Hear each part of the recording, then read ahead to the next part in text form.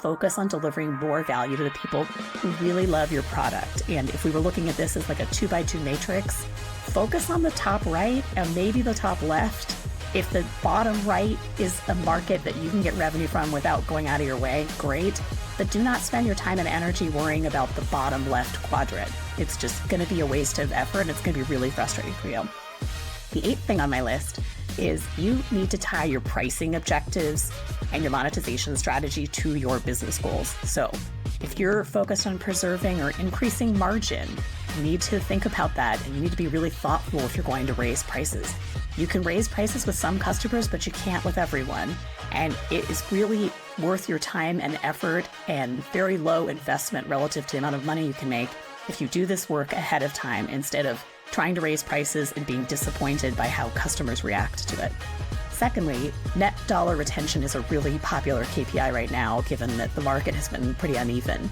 And if that is a goal that you are now prioritizing, you got to make sure that the packages that you're designing are oriented around retention and that they're designed to help you either grow the accounts, best case, or at least maintain accounts over time.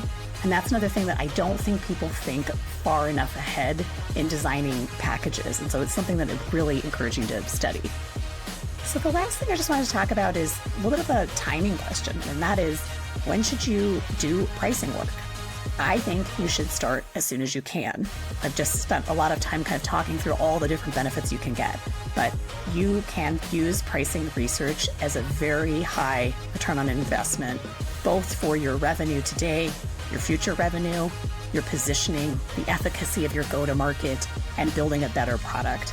So if you haven't thought about it, I would really encourage you to do it. I can guarantee that you will find some helpful insights from this process.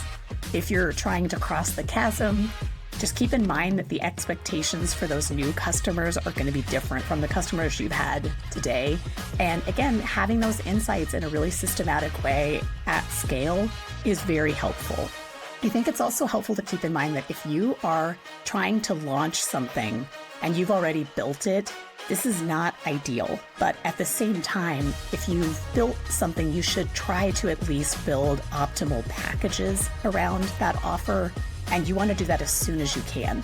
The ideal case would be that you're getting this data, factoring it into the roadmap, and then building products and services from that. But if you've already invested the resources and this wasn't really something you had thought about, I think it's still worth putting resources into packaging because that's going to be so much better for you than just kind of making it up as you go.